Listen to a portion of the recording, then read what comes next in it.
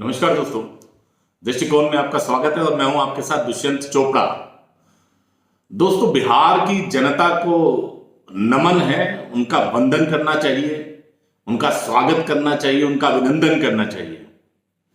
बिहार विधानसभा में वहां की जनता ने जो जनादेश दिया है, जो नतीजे आ रहे हैं, जो रुझान आ रहे हैं, हालांकि अभी पूरे नतीजे आने में समय है, लेकिन अब जिस तरह से एक ट्रेंड चल गया है तो उससे लगता नहीं है कि अब कुछ पलटी खाएगा।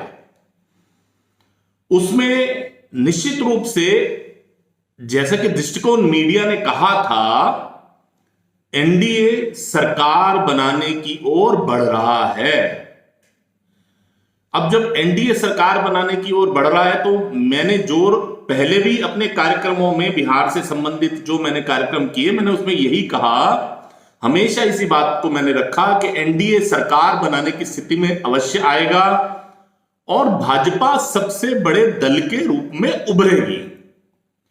हालांकि हमारी इस आकलन को कहीं हम जैसे नकार खाने में तूती की आवाज होती है, उस तरह से हमारी आवाज दब गई जब फाइनल राउंड वाले दिन, जब तीसरे चरण के चुनाव के समय सभी न्यूज चैनल्स ने एक लाइन लगाकर जिस तरह से एग्जिट पोल दिया, उस एग्जिट पोल में उन्होंने पूरी तरह से एनडीए को सत्ता से बाहर होता दिखाया। एक चैनल वाले महोदय ने तो 180 तक सीटें आरजेडी और महागठबंधन को दे डाली।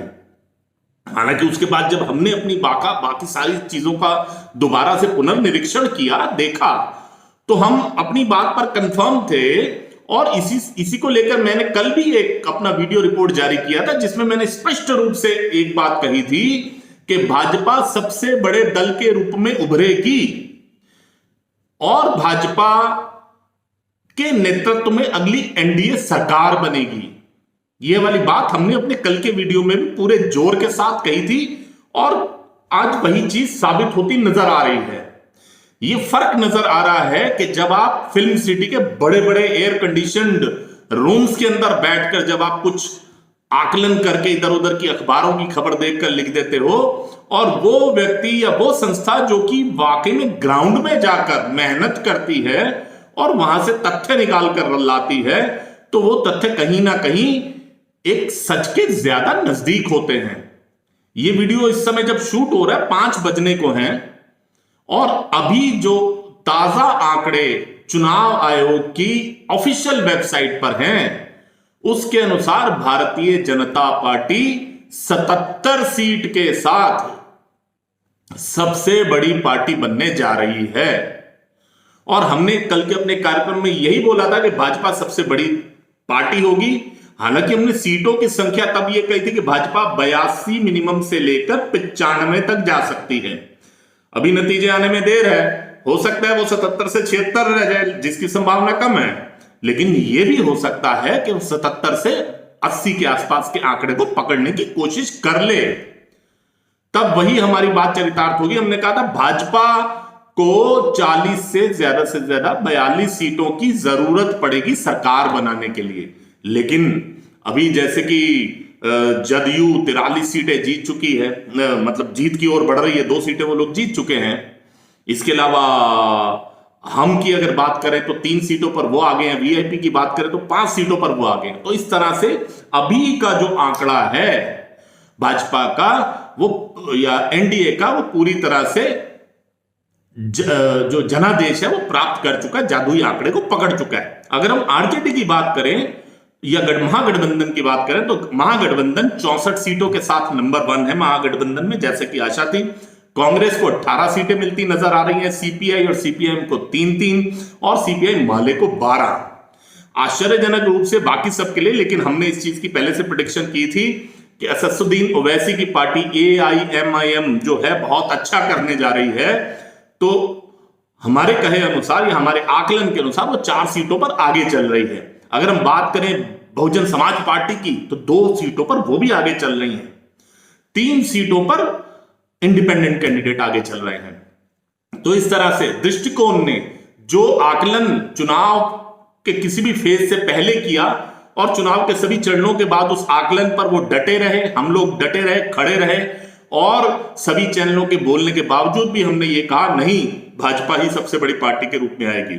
अब जल्दी से चर्चा कर लेते हैं, वीडियो को ज्यादा लंबा ना करते हुए, कि बिटवीन द लाइंस ये चुनाव, बिहार का चुनाव, बिहार की जनता ने संदेश क्या दिया है। जैसे कि मैंने कहा, बिहार की जनता को नमन है, वंदन है। वो इसलिए नहीं कि उसने दृष्टिकोण मीडिया की बातचीत को सही ठहराया, नहीं, उसको वंदन इसलिए है कि बिहार की जनता में, जैसा कि हमने पहले भी कहा, माननीय नीतीश कुमार जी की एक मुख्यमंत्री के रूप में स्वीकार्यता में बहुत भारी कमी आ गई थी। जनता किसी भी हालत में उनको मुख्यमंत्री के रूप में नहीं देखना चाहती थी, वो उनका सुशासन से उनका मन भर चुका था। लेकिन क्योंकि बिहार की आज के वोटर की अगर परसेंटेज देखें तो युवा वर्ग कहीं ना कहीं एक बहुत फॉर्मिडेबल नंबर में था, उसकी एक अलग ही ऐसी पोजीशन थी कि वो कहीं भी चुनाव को टिल्ट कर सकता था। तो उस नाते बिहार के युवा ने अपने पेरेंट्स से या अपने बुजुर्गों से जो भी जंगल राज के बारे में सुना, उसके चलते उसने जहां एक और माननीय नीतीश कुमार जी को नकार दिया, वहीं दूसरी ओर ऐसा इंतजाम भी किया कि जंगल राज दोबारा ना आने पाए। यानी कि राजद की वो सरकार, राष्ट्रीय जनता दल की, जो कि अपने जंगल राज के लिए बदनाम थी, उसके दोबारा ना आने का बड़ा अच्छी तरह से पुख्ता इंतजाम बिहार के युवा ने, बिहार की महिलाओं ने कर दिया। जैसे कि हमने पहले भी अपने वीडियो में कहा था, मैं अभी इस बिहार के इस चुनाव का एक नतीजा और आपके सामने रखना चाह रहा हूं, बिटवीन द लाइन्स अगर आप देखेंगे, वो ये है, हमने जैसे कहा कि कांग्रेस को 70 सीटें देना, 70 सीटों पर कांग्रेस को चुनाव लड़वाना, वो राजद के लिए आत्मघाती सिद्ध होगा। उसी बात को साबित किया है कांग्रेस ने, जबकि वो अभी 18 सीटों पर आगे चलती नजर आ रही है 70 में से। एक तीसरी चीज और निकल के आई जो कि ये साबित करती है कि बिहार का मतदाता वाकई में राजनीतिक रूप से बहुत प्रबुद्ध, बहुत जागरूक और बहुत ही विकसित रूप से उसका एक राजनीतिक सोच है, जिसके लिए मैंने बिहार की जनता को नमन किया। देखिए, बिहार की जनता ने प्रधानमंत्री मोदी की जितनी भी स्कीम्स थी, भले ही वो शौचालय को लेकर हो, जिसका कहीं जिक्र नहीं हुआ पूरे चुनाव के परिदृश्य में, जो महिलाओं को घर से निकल कर जाना पड़ता था, अब उनको घर में जो शौचालय की व्यवस्था मिली। छठ के दौरान जो प्रधानमंत्री ने घोषणा करी कि आपके लिए सब इंतजाम है। कोरोना काल में जिस तरह से प्रवासी मजदूरों को खाना पहुंचाया गया, ये और जिन जिन घरों में बिजली पहुंची, ये कुछ ऐसी केंद्र सरकार की योजनाएं थी जिसके ऊपर की राज्य का चुनाव होने के बावजूद बिहार की जनता ने मोहर लगाई। हालांकि बिहार की जनता विकल्प तलाश रही थी नीतीश कुमार जी का, लेकिन उसके पास कोई विकल्प था नहीं। लेकिन उस विकल्पहीनता की स्थिति में भी बिहार की जनता ने भाजपा के रूप में एक ऐसा मैंडेट दिया है कि एक तरह से उसने केंद्रीय जो नेतृत्व है भाजपा का, भले वो अमित शाह जी हो, नड्डा जी हो या प्रधानमंत्री मोदी स्वयं हो, कि भाई आप किसी को भी लाकर बैठा दीजिए, लेकिन हमें नीतीश कुमार जी मुख्यमंत्री के रूप में नहीं चाहिए। अब आने वाले समय में भाजपा नेतृत्व और एनडीए क्या रूप लेता है या क्या उसके ऊपर निर्णय लेता है, वो आने वाले समय में पता लगेगा। लेकिन कहीं ना कहीं ये नीतीश कुमार जी के लिए भी एक मौका है कि वो अपने आप को एक बहुत ही सीजन पॉलिटिशियन और एक महानता का उदाहरण दे सकते हैं। नीतीश कुमार जी के पास महान बनने का या अपने आप को एक बहुत ही अच्छी इमेज साबित करने का पहला मौका था, जब उन्होंने पलटी खाई थी, बीजेपी के साथ छोड़कर आरजेडी के साथ हो गए थे। उनको नहीं जाना चाहिए था, वो हारते या जीतते, उनको भाजपा के साथ बना रहना चाहिए था। लेकिन उन्होंने प्रधानमंत्री मोदी के बढ़ते हुए कद को, उससे कहीं ना कहीं जलन महसूस करते हुए वो जो पलटी मारी, वो उनको पलटी नहीं मारनी चाहिए थी। अगर वो तब भी भाजपा के साथ ही लड़ते, सरकार बनती या नहीं बनती, नीतीश कुमार का कद बहुत ऊंचा होता राजनीतिक रूप से। दूसरा मौका उनके पास तब था जब उन्होंने राजद का साथ छोड़कर फिर से भाजपा का दामन थामा था। उस समय भी अगर नीतीश कुमार भले हारते या जीतते या पब्लिक की जो उनको छीछा लेदर होनी थी वो सह लेते, लेकिन उनको राजद के साथ बना रहना चाहिए था। उन्होंने फिर पलटी मारी, ये उनकी दूसरी गलती थी। तीसरा मौका उनके पास अभी 2020 में था, जब चुनाव की घोषणा हुई तो उस समय जैसे वो अनपॉपुलर है, ये वाली बात बाकी सबको विदित थी, तो स्वाभाविक है नीतीश कुमार जी भी इस बात को भांप चुके थे।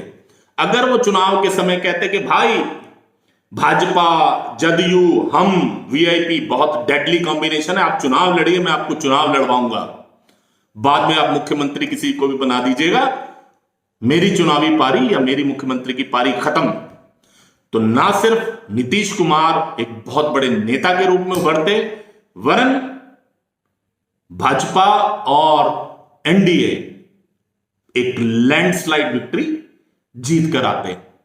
किस्मत ने उसको, अब उनको नीतीश कुमार जी को एक बार फिर से मौका दिया है। अगर वो चाहें तो अब भी अपने राजनीतिक कद को बहुत बड़ा कर सकते हैं। उसके लिए उनको करना यह चाहिए कि जैसे ही चुनाव नतीजे पूरे आए तो उनको एनडीए की बैठक में खुद ही स्वयं ही इस बात का ऑफर देना चाहिए कि मेरी मुख्यमंत्री के रूप में राजनीतिक पारी समाप्त, अब मैं किसी और रोल में काम करना चाहूंगा, आइए आप बिहार संभालिए। अब देखना यह है कि नीतीश कुमार जी ये हिम्मत कर पाते हैं या नहीं कर पाते। जो भी होगा आने वाले दिनों में आप सबके और हमारे सबके सामने होगा। और आपको भी लगता है कि दृष्टिकोण मीडिया ने या उसकी टीम ने जो मेहनत ग्राउंड में करी और सही आकलन आपके सामने रखा, तो कृपया इस वीडियो को लाइक कीजिए, शेयर कीजिए, ज्यादा से ज्यादा लोगों तक पहुंचाइए। और अगर अभी तक आपने हमारे चैनल को सब्सक्राइब नहीं किया तो कृपया चैनल को सब्सक्राइब कीजिए और साथ वाले बेल आइकॉन के बटन को जरूर दबा दीजिए, ताकि हमारे हर आने वाले कार्यक्रम की सूचना आप तक समय से पहुंचती रहे। बहुत बहुत धन्यवाद दोस्तों, थैंक यू।